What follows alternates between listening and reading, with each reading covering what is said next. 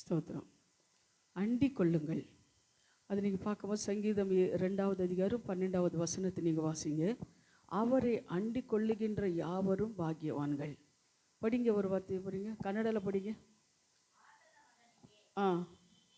ಮುದ್ದಿಡಿರಿ, ಇಲ್ಲವಾದರೆ ಆತನ ಕೋಪವು ಬೇಗನೆ ಪ್ರಜ್ವಲಿಸಲು ಹೌದು ದಾರಿಯಲ್ಲೇ ಏನು ಮಾಡ್ತೀರಿ, நாசவார்த்தை. பாருங்கள், தமிழில் ஒரு மாதிரி இருக்குது, கன்னடில் ஒரு மாதிரி இருக்குது. அப்போ அவர் என்ன பண்ணுறதுன்னு, நம்ம அவர்னு என்ன பண்ணணும், ஆண்டு கொள்ளணும். அப்போது அந்த பாஷை நம்மளுக்கு வேண்டாம், நம்மளை அவளை பிடித்து கொள்ளலாம். அவர் நம்ம என்ன பண்ணலாம், பிடித்து கொள்ளலாம். அவர் நம்ம பிடித்து கொள்ளும்போது பாக்கியவான்களா பாக்கியவதிகளா யார் அவருக்கு பிடித்து கொண்டார் அப்படின்னு நான் பார்க்கும்போது, யோனோக்கு நீங்கள் பார்த்தீங்கன்னா தேவனோட சஞ்சரித்து கொண்டு இருந்தார் அப்படின்னு பார்க்குறோம். அவருக்கு மனைவி இருந்து, குடும்பம் இருந்து, பிள்ளைங்கள் இருந்தார். ஆனாலும் அவர் என்ன பண்ணார், தேவனோட சஞ்சரித்து கொண்டே இருந்தார் அப்படின்னு சொல்லி நம்ம பார்க்குறோம். ஒரு நாள் அவர் காணப்படாமல் போனார் அப்படின்னு சொல்லி பார்க்குறோம். ஆனால் நம்மளுக்கு எல்லாருக்கும் ஒரு ஆசை, ஆண்டவர் நம்ம பிடித்து கொள்ளணும், ஆண்டவர் பாதத்தில் வரணும், செபிக்கணும், வேதத்தை வாசிக்கணும், அவர் கற்பனை படி நடக்கணும். ஆனால் முடிய மாட்டேங்குது. ஏன்னா செத்துருவானவன் என்ன பண்ணுறா, விட மாட்டேன்றான். ஆனால் நம்மளை போல் இருந்த ஒரு ஆணோக்கு கூட அவர் என்ன பண்ணுறாருன்னா, தேவனே பிடித்து கொண்டார், தேவனு கூட சஞ்சரித்தார். அதே போல் எலியா கூட நீங்கள் பார்க்கும்போது ஆண்டவர் அவரோட இருந்தார், ஆண்டவர் அவரோட பேசினார், நடக்க போகிற காரியங்கள் ஒவ்வொன்றும் வெளிப்படுத்தினார் அப்படின்னு சொல்லி நம்ம பார்க்குறோம்.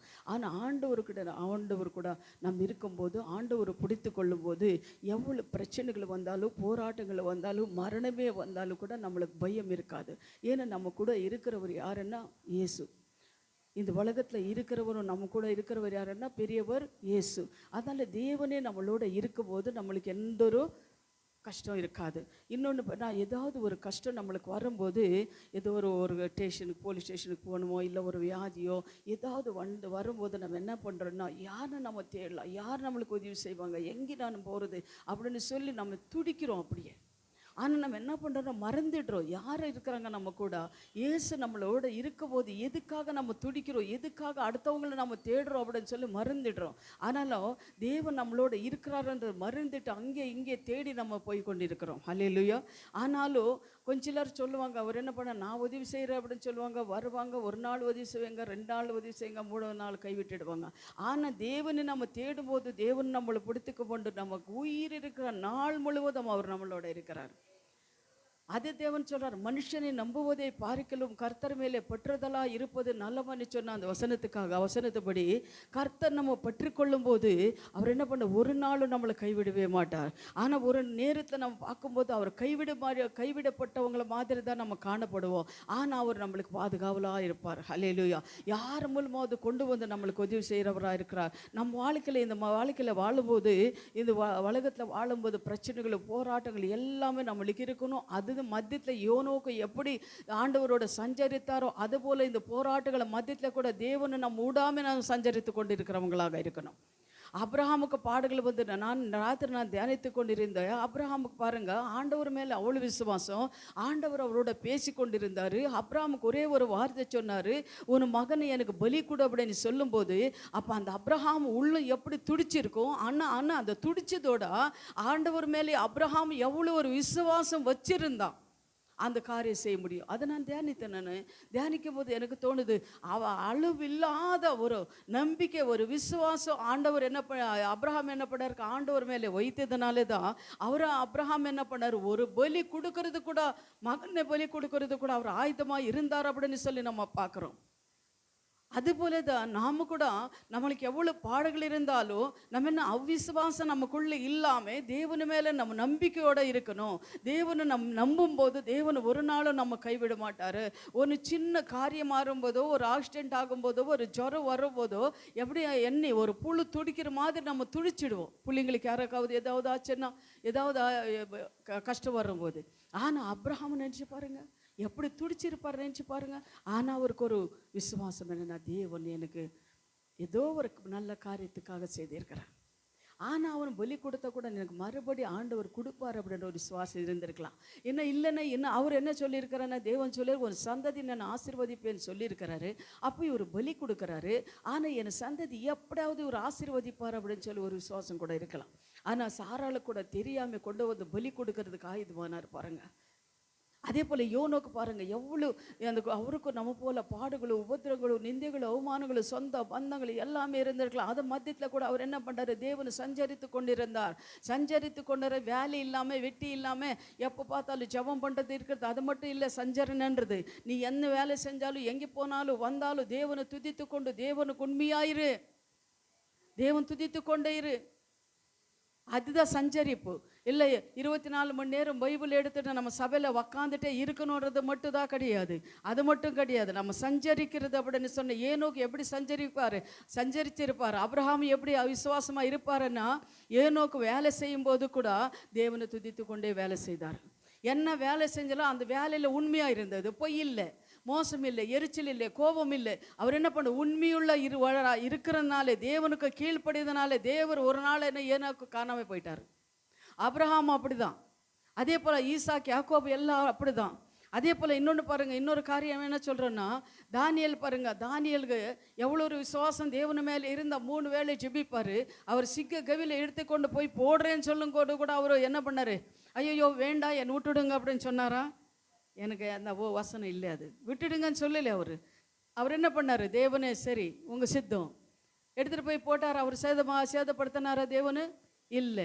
என்ன பண்ணார், சிங்கத்தை வாய் கட்டினார். தூதர்கள் அனுப்புனார், சிங்கத்தை வாய் கட்டினார். அது போல் அந்த காலத்தில் அப்படியா, இந்த காலத்தில் இப்படி இல்லையா? இல்லை, நான் பரிசுத்தமாக இருக்கிறேன்னா அந்த அளவுக்கு என் தேவன் என்னை காப்பாற்றுவாரா அப்படின்னு சொல்லி நீங்கள் அவிசுவாசமாக இருக்கலாம். ஆனால் நீங்கள் எல்லாரும் பரிசுத்தவான்களை தான். ஆனால் உங்களுக்கு உள்ளத்தில் அந்த சத்ரு கிரியைகளை செய்து கொண்டு இருக்கிறான். யாரும் நீங்கள் கெட்டவங்களோன்னு நான் சொல்லவே மாட்டேன். ஏன்னா நீங்கள் எல்லாரும் நல்லவங்க தான். உங்கள் உள்ளுகளை இருக்கிற அந்த பொல்லாத ஆவி உங்களை தடுக்குது, அவ்வளோதான். ஜபத்துக்கு வர முடியாமல், வேதத்தை படிக்க முடியாமல், கீழ்ப்படி முடியாமல், பொய், எரிச்சலும், கோபங்களும், இச்சைகளும் கொண்டு வந்து சாபங்கள்லாம் பாவங்கள்லாம் கொண்டு போய் தள்ளுறது யாருன்னா பிசாசு தான். ஏன்னா நீங்கள் எல்லாம் நல்லவங்க தான். உங்களுக்கு பின்னாடி இருக்கிற அந்த ஆவிகளை தான் நீங்கள் துரத்தணும். சரியா? அப்படி அது துரத்தணும் அப்படின்னா நம்மளுக்கு ஒரு வாஞ்சை வேணும், ஒரு வைராக்கியம் வேணும். என்ன நடந்தாலும் தேவனுக்கு ஸ்தோத்திரம். எப்படி பரிசுத்தவான்கள் இருந்தாலும் அதுபோல தான் நாம் கூட பரிசுத்தமாக வாழ வேண்டும். கொஞ்ச எல்லாரும் சொல்லுவாங்க, எப்படி பரிசுத்தமாக வாழ முடியும்? முடியுமா முடியாதா? நீங்களும் சொல்லுங்கள். முடியுமா முடியாதா? முடியும். முடியும். ஏன் முடியாது? முடியும். பரிசுத்தமாக வாழ முடியும். தேவன் நம்மளோட இருக்கும்போது, தேவனோட வார்த்தை நம்மளோட இருக்கும்போது ஏன் பரிசுத்தமாக வாழ முடியும்? எவ்வளோ எரிச்சல் வரட்டும், கோபம் வரட்டும், கோபக்காரர் வரட்டும், என்னவோ ஆகட்டும், தேவனை நீங்கள் பார்த்துக்கோ, இருக்க முடியும். ஆனால் அது நேரத்தில் மட்டும் நம்ம என்ன பண்ணணும், பிசாசுக்கு இடம் கொடுக்கக்கூடாது. அது நேரத்தில் இடம் கொடுத்துட்டேன்னா போச்சு. ஹல்லேலூயா. அதே போல தான். ஆனாலும் பாருங்கள், நீங்கள் கர்த்தரை எப்பொழுதும் வேண்டுமென்றாலும் நீங்கள் சந்திக்கலாம். கர்த்தர் எப்போ வேணாலும் நீங்கள் சந்திக்கலாம். அவர் என்ன பண்ணுறார், இன்னைக்கு இந்த நேரத்துக்கு வா, காலையில் என்னை தேடு, அதை சொல்லியிருக்கிறாரு. ஈவினிங் என்னை தேடு சொல்லியிருக்கிறாரு. இடைவிடாமலே ஜெபம் பண்ணி சொல்லியிருக்கிறாரு. ஆனால் மத்தியானத்தில் என்னை கூப்பிடாதன்னு சொல்லலை அவர். எப்போ வேணாலும் நீ கூப்பிடு, எப்போ வேணாலும் நீ கூப்பிடு, நான் இருக்கிறேன் அப்படின்னு தான் சொல்கிறாரு. ஹல்லேலூயா. அப்போ நீங்கள் அவரை கூப்பிடும்போது, அவங்களை தேடும்போது, ஆனாலும் நீங்கள் எப்பொழுதும் அவர் தேடும்போது பாருங்கள், அவர் கண்டடிக்கிறவராக இருக்கிறார். உங்களுடைய குறைவுகளை அவரிடத்தில் சொல்லும்போது, அவர் குறைகளை சொல்லும்போது அவர் என்ன பண்ணி நிறைவேற்றி கொடுக்குற தேவனாக இருக்கிறார். அவர் உருகுவதும் இல்லை, தூங்குவதும் இல்லை. அவர் என்ன பண்ணுறாருன்னா, யார் என் மகள் யார் கூப்பிடுறாங்க, யார் என் மகனை கூப்பிடுறாங்க அப்படின்னு சொல்லி அவர் ஒவ்வொரு நாளும் உங்களை மேலே கண்ணு வைத்து உங்களுக்கு ஆலோசனை சொல்கிறேன்னு சொல்கிற மாதிரி அவர் என்ன பண்ணி எப்பொழுதும் உங்களுக்கு பார்த்து கொண்டு இருக்கிற தேவன்.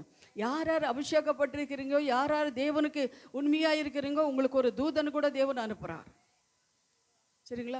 அதுபோல் எப்போ நீ கூப்பிட்டாலும் அவருக்கு என்ன பண்ணுறாரு, உங்கள் மத்தியத்தில் வர்றதுக்கு அவராக இருக்கிறார். எரேமியா 29:13 நீங்கள் வாசித்து பார்த்தீங்கன்னா, உங்கள் முழு இருதயத்தோடும் என்னை தேடுவீர்களானால் என்னை கண்டடைவீர்கள் என்று சொல்லுகிறார். எப்படி தேடணுமா சொல்லுங்கள், எல்லாரும் சொல்லுங்கள், எப்படி தேடணுமா? முழு இருதயத்தோட தேடுவீர்களானால் என்னை கண்டடைவீர்கள். தேடுவீர்களானால் என்னை கண்டுபிடி. எப்படி தேடணுமா? ஏதோ சும்மா வந்தோம், ஒரு 5 நிமிஷம் வந்தோம், பாட்டு பாடோ போயிட்டோ இல்லை, ஒரு வசனம் படிச்சுட்டோ போயிட்டோ இல்லை. அவர் என்ன பண்ண, ஒரு வசனம் நீ படித்தாலும் ஒரு பாட்டு நீ பாடினாலும் நீ எப்படி தேடணும், முழு ஹிருதயத்தோடு தேடணும். முழு ஹிருதயத்தோடு. ஏதோ காட்டுக்கோசனம் பண்ண வந்து போனால் அவர் கேட்க மாட்டார். முழு ஹிருதயத்தோட நீ தேடும்போது அவர் என்ன பண்ணுவார், ஜெபத்திற்கு அவர் பதில் கொடுக்கிற தேவனாக இருக்கிறார். ஹல்லேலூயா. அவர் நம்ம என்ன பண்ணணும், பிடித்து கொள்ளணும், அவர் ஆண்டு கொள்ளணும். நம்ம அவர் மேலேயே நம்ம பாரம் வைக்கணும். அவர் மேலே பாரத்தை வைத்து நீங்கள் இருக்கும்போது கண்டிப்பாக தேவன் உங்களை ஒரு நாள் கைவிட மாட்டார். நீங்கள் பார்த்தீங்கன்னா தண்ணீரில் ஒரு அடிச்சிட்டு போவாங்க, தண்ணி வரும், சுனாமி வரும். அந்த தண்ணியில் அடித்து போய் கொண்டு இருக்கிறாங்க. அடித்து கொண்டு இருக்கிற ஒரு மனிதனுக்கு அப்போ அவனுக்கு எந்த இது இருக்காது, இந்த பக்கம் அந்த பக்கம் எந்த ஒரு சப்போர்ட்டும் இருக்காது. போகும்போது அந்த அடித்து கொண்டு அந்த தண்ணியில் போகும்போது ஒரு பாறையோ ஒரு மரமோ அவன் கையில் பிடிச்சிச்சேன்னா அவனை கட்டியாக பிடித்து கொள்ளுவானா, அந்த இது வண்டியை கட்டியாக பிடித்து கொள்ளுவான். அதுபோல் நம்ம என்ன பண்ணணும், இந்த தேவனை நம்ம கட்டியாக நம்ம பிடித்து கொள்ளும்போது நம்மளை என்ன பண்ணார், ஒரு நாள் அவர் கைவிட மாட்டார். ஹல்லேலூயா.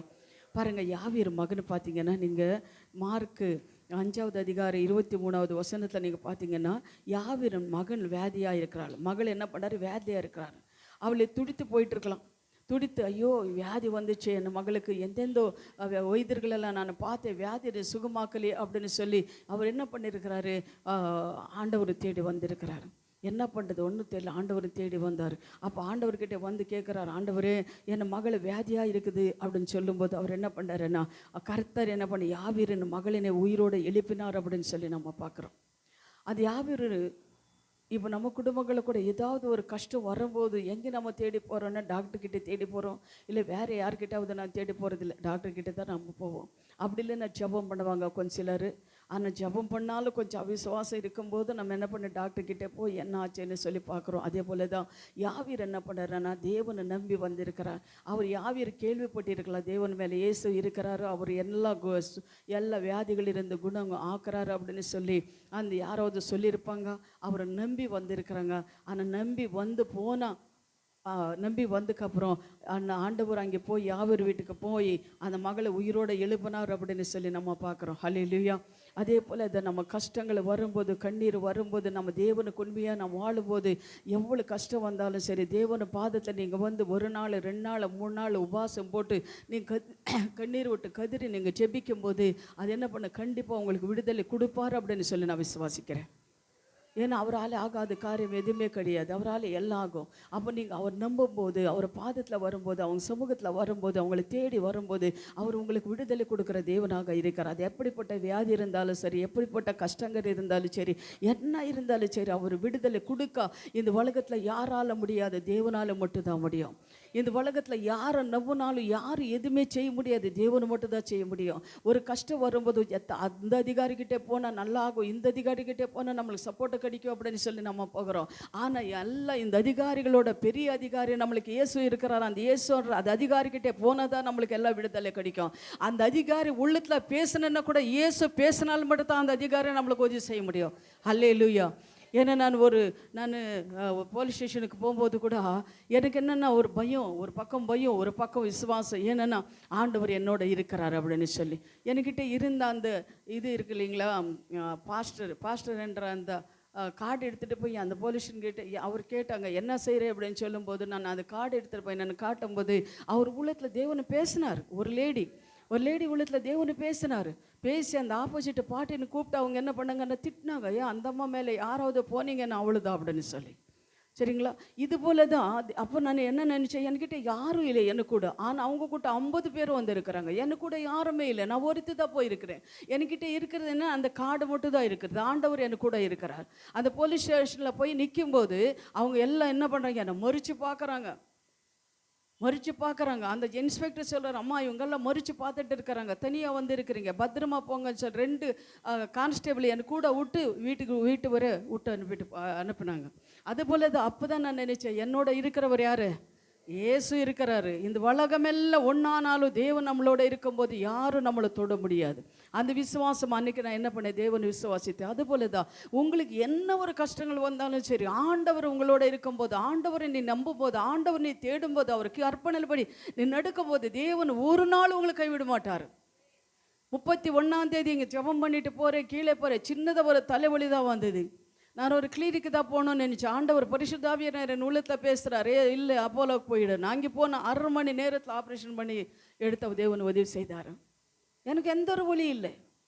நான் நினைக்கிறேன் இவங்க ஏதோ என்னை ஏமாத்துறாங்க போல இருக்குது, எனக்கு எந்த ஒரு ஒளி இல்லையே அப்படின்னு சொல்லி நான் நினைக்கிறேன். ஆனால் 6 மணி நேரத்தில் தேவன் என்ன பண்ணுறாரு, ஒளி இல்லாமல் தேவன் என்னை பாதுகாத்தார்.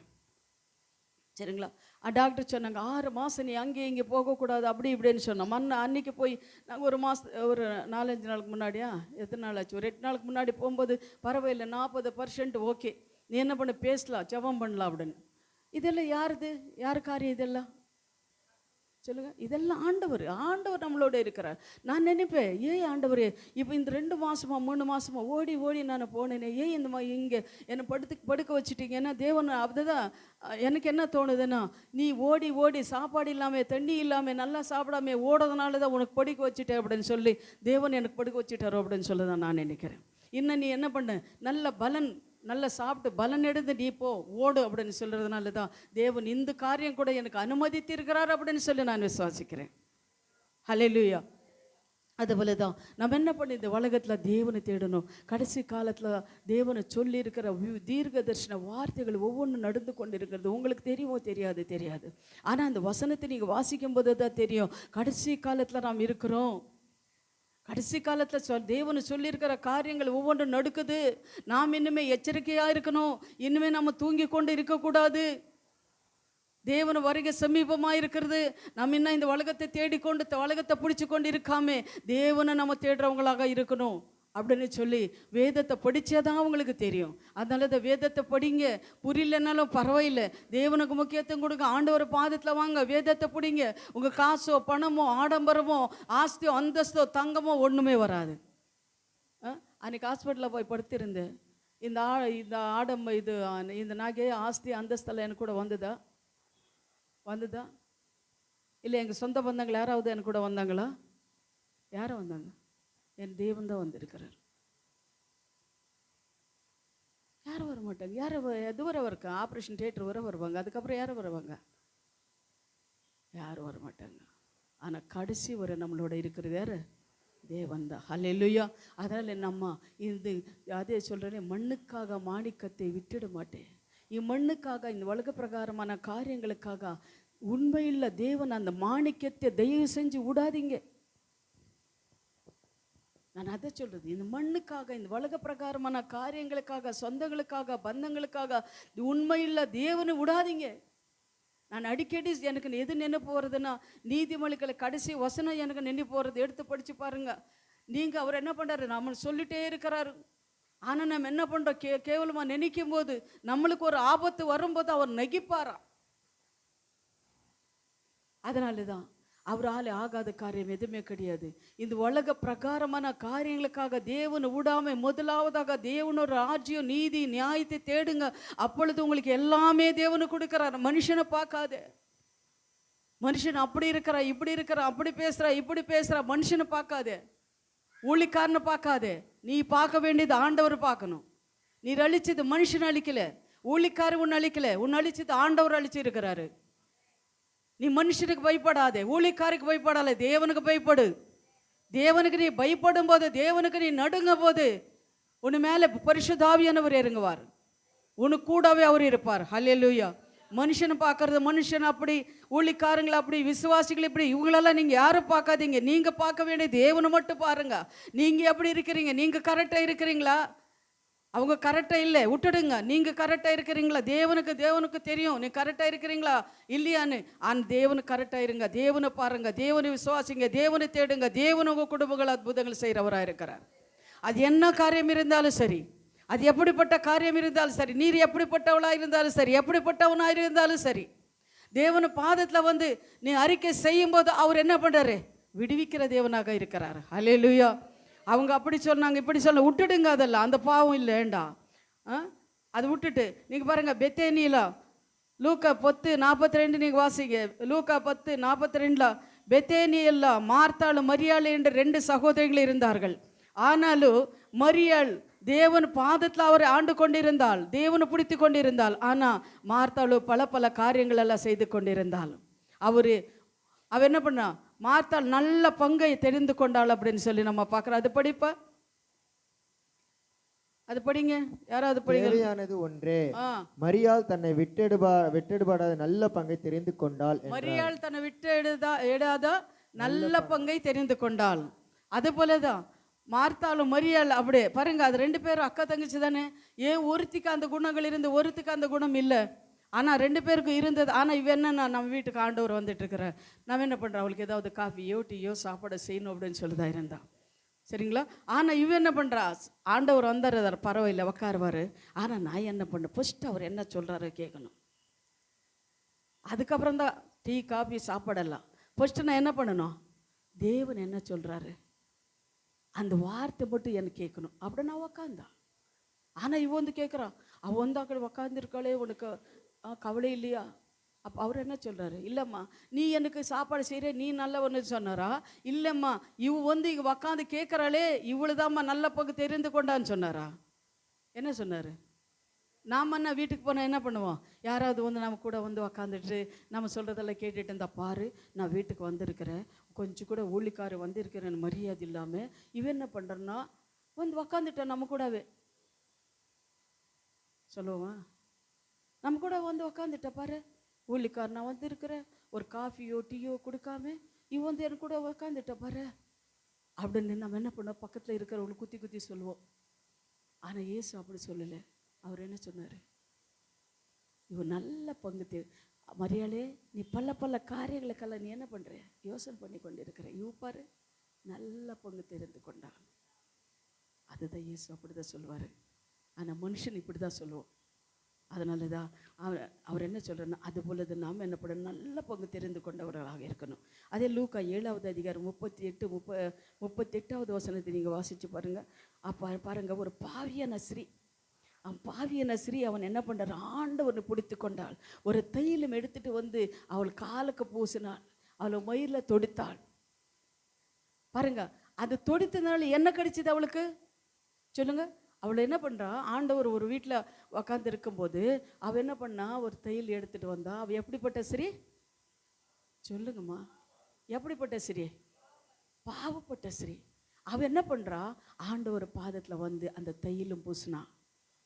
எல்லாரும் பார்க்குறாங்க, முறுக்குறாங்க. என்ன இவ பாவப்பட்டு, இவ எப்படிப்பட்டவ தெரியுமா, இவ பாவியான ஸ்ரீ, இவள் வந்து இவர் ஆண்டவரோட கால் தொடுறா. ஆனால் இவர் ஒரு தீர்க்கதர்சி தானே, இவள் இப்படிப்பட்டவள்னு இவளுக்கு தெரியாதா? அங்கே இருக்கிற சீஷர்களை முறுமுறுத்தார்கள். ஆனால் அந்த காரியம், அந்த பாவப்பட்ட ஸ்ரீ அந்த காலை தொடிச்சதுனால அவள் செஞ்ச பாவங்களெல்லாம் தேவனை மன்னித்தார். அல்லேலூயா. அவர் செஞ்ச பாவங்களெல்லாம் ஒரே ஒரு நிமிஷத்தில் தேவன் என்ன பண்ணாரு, மன்னித்துட்டார். எத்தனை வருஷம் பாவம் செஞ்சிருந்தாலும் சரி, எப்படிப்பட்ட பாவியானாலும் சரி, நம்ம தேவன் ஒரே ஒரு நிமிஷத்தில் மன்னிக்கிற தேவன் நம்ம தேவன். அல்லேலூயா. அதே போல தான் அதே 47 வாசிச்சு பாருங்க. 7:47 பாருங்க, டக்குன்னு வாசிங்க. லூக்கா 7:47. லூக்கா 40. ஆதலால் நான் உனக்கு சொல்லுகிறேன், இவள் செய்த அநேக பாவங்கள் மன்னிக்கப்பட்டது. இவள் மிகவும் அன்பு கூர்ந்தாளே. எவனுக்கு கொஞ்சம் மன்னிக்கப்படுகிறதோ அவன் கொஞ்சமாய் அன்பு கூறுவான் என்று சொல்லி. ஹல்லேலூயா. பாருங்க, அவ எத்தனோ வருஷம் பாவம் செஞ்சிருக்கலாம். ஆனா என்ன பண்ணார் இயேசு சொல்றார் பாத்தீங்களா? அதனால அவள் என்ன பண்ணார், என் மேல அன்பு கூர்ந்தாள். அதனால தான் அவள் செஞ்ச பாவங்களெல்லாம் மன்னிக்கப்பட்டது. கொஞ்ச நேரம் நாம் என்ன நினைக்கிறோம், ஐயோ நான் பாவி, ஐயோ நான் விபச்சாரம் செய்தேன், ஐயோ நான் கொலை செஞ்சேன், ஐயோ நான் என்ன பண்ணேன், நான் திருடினேன், நான் பாவங்களை தேவன் மன்னிப்பாரா? என் ஜபத்தை தேவன் கேட்பாரா? கண்டிப்பாக கேட்பார். ஆனால் நீ எப்படி இருக்கணும், அவளை போல நீ மனமும் திரும்பணும். அவளை போல நீ மனமு திரும்போது, அவரை பாதத்தை நீ வரும்போது தேவனை மன்னிக்கிறவராக இருக்கிறார். ஹல்லேலூயா. அதே போல் நம்ம பாவங்களை மன்னிக்கிறவர் ஒரே ஒருத்தர் பரிசுத்த தேவன் தான். ஹல்லேலூயா. பாருங்க, அதே போல் நீங்கள் பார்க்கும்போது சங்கீதம் 2:12 தாவீது ராஜா தீர்க்கதரிசனமாக அவர் என்ன பண்ணுறாரு, கண்கள் கடைசி காலத்தை பற்றி சொல்லியிருக்கிற பாருங்க. சர்ப்பங்களையே நோக்கி பார்த்து, அது படிப்பது சங்கீதம் 2:12 வாசிங்க. குமாரன் கோபம் கொள்ளாமலும் நீங்கள் வழியே அழியாமலும் இருக்கும்படிக்கு அவரை முத்தம் செய்யுங்கள். கொஞ்ச காலத்திலே அவருடைய கோபம் பற்றி எரியும். அவருடைய கோபம் பற்றி எரியும். அவரை அண்டிக் கொள்ளுகிற யாவரும் அவர் அண்டிக் கொள்ளுகிற யாவரும் பாக்கியவான்கள். ஹல்லேலூயா. ஆமா, என்ன பண்ண, குமாரன் கொள்ளாதபடிக்கு அவர் பாதத்தை முத்தம் செய்யுங்கள். கொஞ்ச காலம், அவர் கோபம் கொஞ்ச காலம் தான். நீ போயிட்டு அப்படியே சாஷ்டாமங்க, ஆண்டவரே நான் மன்னிச்சுட்டுங்க ஆண்டவரே, நான் இந்த மாதிரி பாவம் செய்துட்டேன், இந்த மாதிரி வேதனைப்படுத்திட்டேன், துக்கப்படுத்திட்டேன், ஆலயத்துக்கு வரல, வேதத்தை படிக்கல, ஜபம் பண்ணல, தேவனே நீ கொடுக்குற காரியங்கள் உங்கள் கற்பனையில் படி நான் நடக்கலை, என்னை மன்னிச்சுட்டுங்க, இனிமே தேவனே உங்களுக்கு நான் உங்ககிட்ட நான் வரேன். ஒரு தாய்கிட்ட வந்த பிள்ளை சொல்லுவான், அம்மா நான் இதுவரை உங்களுக்கு விரோதமான காரியங்களை செஞ்சுட்டேன், சொல்கிற பேச்சு கேட்காம போயிட்டேன், என்னை மன்னிச்சுட்டுங்கம்மா அப்படின்னு சொல்லி மகனு காலில் விழும்போது கூட அந்த தாய் கொஞ்சம் என்ன பண்ணுன்னா அவிசுவாசம் வரும். ஏன்னா அந்த மகன் இன்னைக்கு சொல்லிடுவான், நாளைக்கு மாறிடுவான். ஆனால் ஆண்டவர் அப்படி கிடையாது. ஆண்டவர்கிட்ட போய் நம்ம கேட்கும்போது அவர் மாற மாட்டார். அவர்கிட்ட போய் நம்ம அறிக்கை செய்யும்போது அவரை என்ன பண்ண, அம்மா நீ அறிக்கை நான் ஏற்றுக்கொள்ள மாட்டேன் அப்படின்னு சொல்ல மாட்டார். அவர் என்ன பண்ணார், நம்புவார். நம்ம நம்புகிற தேவன் நம்ம தேவன். ஹல்லேலூயா. ஆனால் அவர் நம்பினுக்கு அப்புறம் நம்ம என்ன பண்ணணும், அது கற்பனையில் கண்டிப்பாக நம்ம உயிர் போனாலும் சரி அவருக்கு சொல்லியிருக்கிற காரியங்களை கண்டிப்பாக நம்ம நிறைவேற்றி கொடுக்கணும். அதுபோல தான் தேவனை தாவீது சொல்கிறாரு, அவர் கோபம் கொள்ளாதபடி நீங்கள் என்ன பண்ண, போய் அவனை காலில் உளுந்து முத்தம் வைங்க அப்படின்னு சொல்லி. ஹல்லேலூயா. அதே போல தான் நம்ம தேவன் மன்னிக்கிற தேவனாக இருக்கிறார். தேவ பிள்ளைகளான நீங்கள் என்ன பண்ணீங்க, தேவன் பாதத்தில் கேளுங்க, ஆண்டவரே இதுவரை கர்த்தாவே உங்களுக்கு விரோதமான காரியங்களும் பேச்சுகளும் எந்தாவது எப்போ உங்களுக்கு விரோதமாக இருந்தால். ஒரு ஜபத்தை நான் கேட்குறேன், காலையில் ஒரு தெலுங்குக்காரர் ஜெபிக்கிறாரு. அப்பா, அவர் ஜெபிக்கிற ஜபம் பார்க்கும்போது இன்னும் கேட்டுகிட்டே இருக்கும் போல் தோணுது. நான் இதுவரை அந்த ஜபத்தை கேட்டது கிடையாது. ஏன்னா ஜெபிக்கிறது கூட கொஞ்சம் காரியங்கள் நம்மளுக்கு சொல்லி கொடுக்குறாங்க, அது அப்படி கிடையாது. அவருக்கு நாம் எப்படி பேசுகிறோமே அது போல தான் தேவனுக்கிட்டே அவர் பேசுகிறார். மனுஷன்கிட்ட நம்ம எப்படி பேசுகிறோமோ அதே போல் தேவனுக்கிட்டே அவர் பேசிகிட்டே இருப்பார். அந்த ஜபம் கேட்கும்போது எனக்கு இன்னும் கேட்டுகிட்டே இருக்கும் போல் இருக்கும். இன்னும் அதை நான் கற்றுக்கணும், இது போல் நான் கூட ஜெபிக்கணும் அப்படின்னு சொல்லி தான் எனக்கு தோணுது. அப்படி நார்மலாக பேசுவார். ஆண்டவரே உங்களுக்கு விரோதமாக நான் பேசியிருக்கிறேன்னப்பா, துன்பப்படுத்திருக்கேன், துக்கப்படுத்திருக்கிறேன், வேதத்தை வாசிக்கலை, தியானிக்கலை, உங்கள் அர்ப்பணில் படி நடக்கலை, உங்களுக்கு கொடுக்கல, உங்களுக்கு நேரத்தை கொடுக்கல, தேவன் எனக்கு கரெக்டாக டைமுக்கு வரல, சர்ச்சுக்கு வரலப்பா, என்னை மன்னிச்சிடுங்க அப்படின்னு சொல்லி நார்மலாக படப்படான்னு பேசிகிட்டே இருப்பார். அது எப்படி அபிஷேகத்தில் நிரம்பி, சும்மா இல்லை, மாம்சத்தில் இல்லை, அபிஷேகத்தில் நிரம்பி அவர் பேசுவார். அதே போல் அபிஷேகத்தில் நிரம்பி தேசத்துக்காக ஜெபிப்பார், ஜனங்களுக்காக, அதிகாரிகளுக்காக. அதே போல் நார்மலாக ஜெபிச்சுட்டு போயிட்டே இருப்பார். லாஸ்ட் என்ன பண்ணுவார், கடைசியில் அப்பா இதெல்லாம் கேட்டதுக்காக ஸ்தோத்திரம், அப்பா இதெல்லாம் கேட்டீங்க, விடுதலை கொடுத்தீங்க, ஸ்தோத்திரம், இவ்வளோதான் ஜெபம். ஆனால் 1 மணி நேரம் ஜெபிப்பார், ஒவ்வொரு காரியத்துக்காக ஜெபிப்பார், டக்குன்னு ஜெபிச்சுட்டு போயிட்டே இருப்பார். சரிங்களா? அது போல தான் நம்ம என்ன பண்ணனா, தேவன பாதத்தில் நம்ம கேட்கும்போது தேவன் நம்மளை ஒரு நாள் அவர் கைவிட மாட்டார்.